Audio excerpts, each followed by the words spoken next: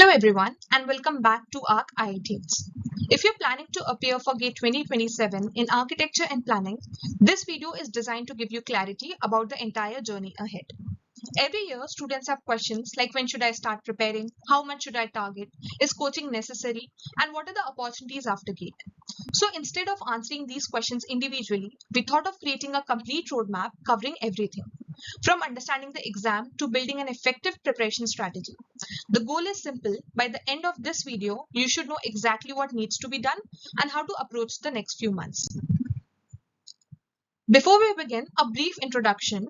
We are graduates from IIT Bombay and IIT Kharagpur, and like many of you, we started our preparation journey with uncertainty and a lot of questions. Through trial, mistakes, and learning, we were able to secure strong ranks while balancing academics and other commitments. We know where students struggle. We know the confusion around resources, planning, revision, and exam strategy. And that's why IITians was created. Our aim is very simple. We want to share everything we learned during our own preparation journey and make quality guidance completely accessible and free from structural and commercial bottlenecks. Over the coming months, we will be sharing a structured preparation ecosystem that helps you study in a planned manner. This includes topic-wise lectures through PYQ discussions, preparation strategies, syllabus guidance, and exam-related updates. Second, our goal is to make YouTube a one-stop destination for complete learning material, so as to make preparation easy and accessible to larger student community. Third, we will provide end-to-end guidance. This includes registration process, syllabus decoding, exam pattern understanding, virtual calculator training, mistakes to avoid, and much more. The goal is not just to help you study harder, the goal is to help you study smarter. Whether you are a final year student, recent graduate, or working professional, the idea is to help you prepare in a systematic manner without feeling overwhelmed. Now let's first understand the examination itself. So GATE 2027 is expected to be organized by IIT Madras. However, many students have a common misconception that the organizing institute is solely responsible for setting the entire question paper. In reality, the GATE examination is a collaborative effort involving faculty members and experts from multiple IITs. The organizing institute primarily manages the conduct of the examination, like registration, administration, and coordination. Next, registrations are expected to begin around end of August 2026, with the examination likely to be conducted in February 2027. GATE exam is a computer-based test and is conducted for exactly 3 hours. While this may seem far away, preparation becomes much easier when viewed as a long-term process rather than a last-minute sprint. The candidates who consistently secure good ranks are not the ones studying intensely for a few weeks before the exam, but those who build steady habits, revise regularly, and remain consistent over several months. The advantage you have today is time. If you start early and stay disciplined, you can comfortably cover the syllabus, revise multiple times, solve previous year questions, and enter the examination with full confidence. Before discussing preparation, it's important to understand why GATE remains such an important examination. The opportunities after GATE extend far beyond simply qualifying the exam. A strong GATE score can help you pursue postgraduate studies at premier institutes such as IITs, NITs, SPAs, and ISC. It can create opportunities in research, higher studies, teaching, and in some cases, recruitment through government PSUs. More importantly, preparing for GATE develops technical understanding and analytical thinking that remains valuable regardless of which career path you ultimately choose. Now, over the years, the question paper pattern has also changed. In 2022, a major shift in the question paper pattern happened, in which MSQ was introduced. Over the past few years, the examination has gradually shifted towards testing concepts rather than memorization. There are three major question formats, which is MCQ, MSQ, and NATs. MCQ is multiple choice question, in which only one of the options is correct. MSQ is multiple select question, in which 1, 2, 3, or all the 4 options could be correct, and only selecting all the correct options will fetch you marks. NAT is numerical answer type questions. Over the years, we are seeing a greater emphasis on MSQs and NATs, where understanding is rewarded more than just guesswork. Because of this, while preparing, always ask yourself one question: do I understand why this answer is correct, or have I simply memorized it? That distinction becomes very important on exam day. Students should therefore focus on understanding principles rather than relying solely on memorization. Now let's talk about the structure of the paper. One mistake many students make is starting preparation without understanding how marks are distributed. The first component is general aptitude. This section carries 15 marks and consists of 10 questions. All the aptitude questions are generally of MCQ types. 5 questions are worth of 1 mark and 5 questions are worth of 2 marks. The second component is the common architecture and planning section. This consists of 39 questions carrying 60 marks. This section holds maximum weightage in the paper. While within these, 18 questions are worth of 1 marks and 21 questions are worth of 2 marks. The third component is part B, which has option of B1 and B2, where B1 stands for architecture and B2 for planning, but this selection can be made while appearing for the exam. This section consists of 16 questions carrying 25 marks. 7 questions carry 1 mark and 9 questions carry 2 marks.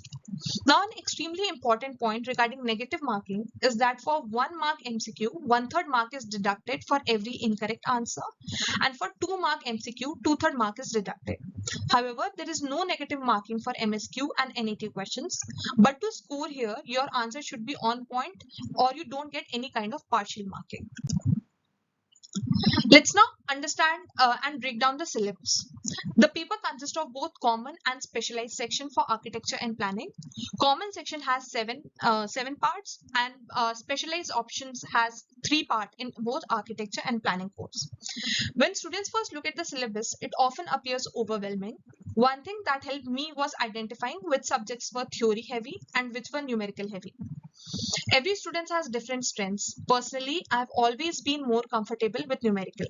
Because of that, I made it a priority to practice numerical problems extensively until I was confident that I could solve them accurately under exam conditions. This is something I would encourage every aspirant to do. My advice is simple: identify your strengths early and make them your scoring zones. If a questions come from a topic you're confident about, you should be aiming to get it right every single time. Also, the good news is that not all topics demand equal effort. Some sections consistently contribute more questions and therefore deserve greater attention. This aspect we will be capturing through our preparation series. Now, one of the most common questions is what score should I target? To answer that, let's first look at the past year cutoff trends. While qualifying score generally remain around mid-30s to low 40s, qualifying should not be your benchmark. If your goal is a strong rank or an admission in a top institute, you should ideally target something around 50 plus or 55 plus marks. That is why we have highlighted 55 plus as a target score for ranks under approximately AIR 150. Now, if there is a one section that students consistently underestimate, it is the general aptitude section. 15 marks may not sound like much, but in competitive exam, these marks often determine hundreds of rank positions.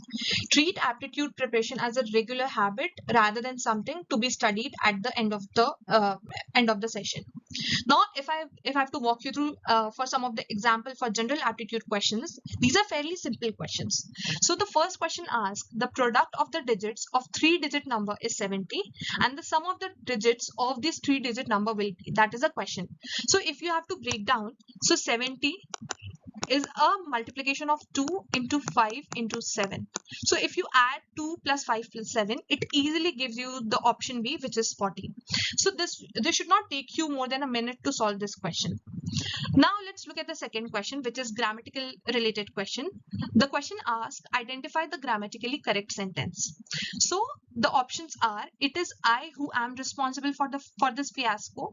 It is myself who is responsible for this fiasco. It is I who is responsible, and it is I who are responsible. Now we know that the verb which goes with I is am and not is and are, so you can directly eliminate these two options. The third option, which is it is myself who is responsible for this fiasco. So myself is something which cannot be used in the subject, and therefore we can eliminate this option as well. And the correct option here, it is I who am responsible for this fiasco. Again, a fairly simple question. The third option here is if HIDE and CAGE are coded as 19, 23, 7, 11 and 5 to 17, 11 respectively, then what is the code for HIGH? From the options, what I can observe is all of these are prime numbers. So if I arrange these options, my A, B, C, D, in the series of prime numbers, I can easily get the code for HIGE. So looking at the options is equally important as much as you look at the questions also. And that's how you can easily understand that 19, 23, 17 and 19 is your correct option. So general aptitude is a highly scoring area, and you should definitely focus on this as well. The next is to understand the repetitive question pattern. Over the year, certain themes continue to appear repeatedly in the examination. Like these are the question paper from different years, and you can see in all of these questions, NBC related questions have been holding a major part. So going through NBC is very, very crucial. It can be related to fire resistance or doorway clear width opening, something related to firefighting in the building, or even the construction project development sequence. But covering National Building Code is very, very important. Other topics related to SDGs, UNESCO, World Heritage Sites, planning concepts, landscape elements, RGB and CMYK models are notable in architectural references, or they deserve special attention. These are often high return topics because the effort required to prepare them is relatively small compared to the marks they can contribute to. Now, one of the important methods that I swear by is the elimination method. We know knowledge is important, but exam temperament is equally important. Another skill that every serious aspirant should develop is the elimination method. Not every question requires immediate recall. In many situations, careful analysis of options can help eliminate incorrect options and improve the probability of selecting the correct option. For example, the first question, match the following city planning concepts in group 1 with their proponents in group 2. So this particular option, here you can see there are 4 options: City Beautiful, Conservative Surgery, Happy City and Garden City. I know for a fact that Garden City is given by Ebenezer Howard, which is S5. So all other options, which is option A and option D, can be eliminated. Now I'm left with option B and C, in which S5 is clearly highlighted. What other options I can see is P2 or P4. So P is City Beautiful, which is given by Daniel Burnham. So I can easily eliminate option C and select my correct option, which is option B. Another option, another case of elimination method is match the following books in group 1 with the corresponding authors in group 2. So the image of the city is something I know Kevin Lynch has given. So I know S should go with 3, and here I'm left with just option A and B. Now the other options which I have to see is related to the death of the cities of great American cities, which is given by Jane Jacobs, but this is also common for both the options. Next, what I could look at is architecture, form and space, which I know is given by Francis D.K. Ching. And that's how I know the option B will be the correct option here. So eliminating other options clearly makes gives you the higher probability of selecting the correct part. Now, if I had to summarize successful GATE preparation into a few principles, it would be these. Step 1, consistency and revision. Be consistent rather than intense. Build a regular study schedule and revise more than you think is necessary.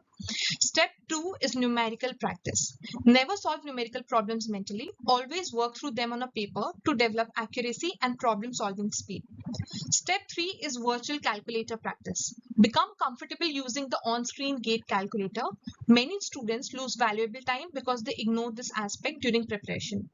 Step 4, smart memorization. For difficult charts, formulas, and standards, create a factual information, place these visual charts in your study space, and review them briefly every day. Small but regular revision sessions are much more effective than occasional intense study sessions. A special note for 4th year and 5th year students is that GATE scorecards are valid for 3 years. This means that even if you're unsure about immediate postgraduate plans, securing a strong score now can provide valuable flexibility for future opportunities. As we move forward, we will be covering every aspect of GATE architecture and planning preparation in a structured manner. If you're serious about GATE 2027, I would encourage you to treat this as a long-term journey rather than a short-term challenge. Focus on steady progress, trust the process, and avoid comparing your beginning with someone else's advanced stage. Thank you for watching. If you found this roadmap useful, please subscribe to ARC IITians and share it with your fellow aspirants who might benefit from it. We'll see you in the next video.